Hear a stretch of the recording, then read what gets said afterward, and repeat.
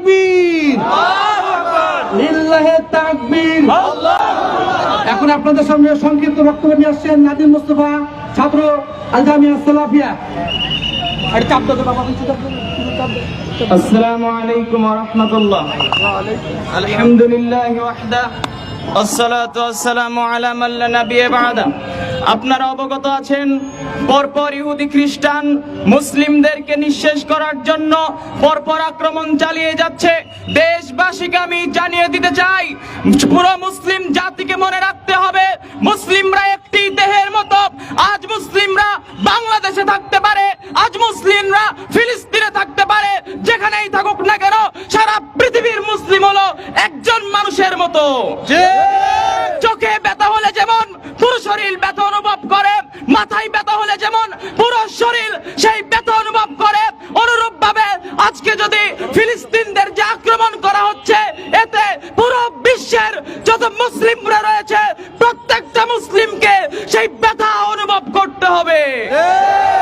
আজকে যখন ইহুদি খ্রিস্টানরা মুসলমানদেরকে নিঃশেষ করার জন্য উঠে পড়ে রেখেছে, সেই সময় মুসলিম যুবকদের পাবজি ফ্রি ফায়ার নিয়ে পড়ে থাকলে হবে না, তাদেরকে প্রস্তুত থাকতে হবে। যে কোনো সময় যদি আল্লাহ তাআলার পথে আহ্বান চলে আসে, তাহলে দল মত মানহাজ মাযহাব নির্বিশেষে আল্লাহ তাআলার রাস্তায় নেমে যেতে হবে। দেশবাসীকে আমি জানিয়ে দিতে চাই, আল্লাহ তাআলার পথে থাকতে হবে, আল্লাহ তাআলার নিকটে সেই ফিলিস্তিন ভাইদের জন্য দোয়া করতে হবে। এই বলে আমি আমার সংক্ষিপ্ত আলোচনা শেষ করছি। আসসালামু আলাইকুম ওয়া রাহমাতুল্লাহ।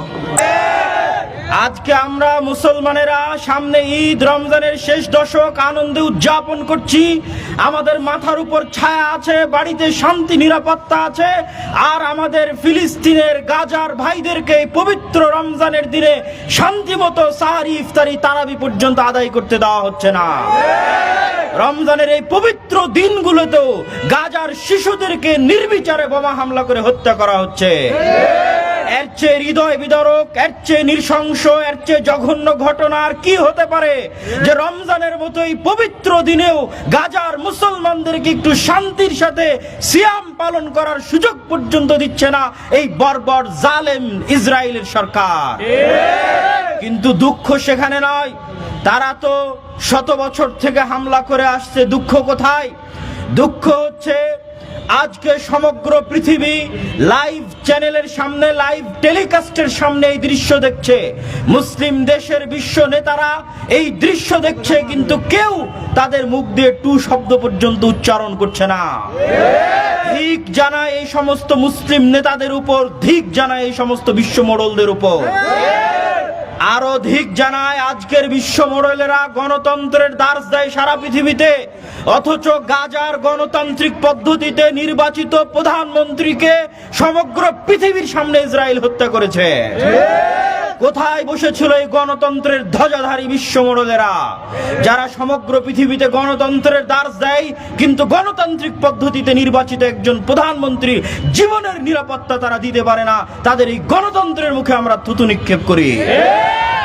সম্মানিত উপস্থিতি, শুধু আজকে ফিলিস্তিনের গাজায় নয়, আজকে আমাদের পার্শ্ববর্তী দেশেও মুসলমানদের উপর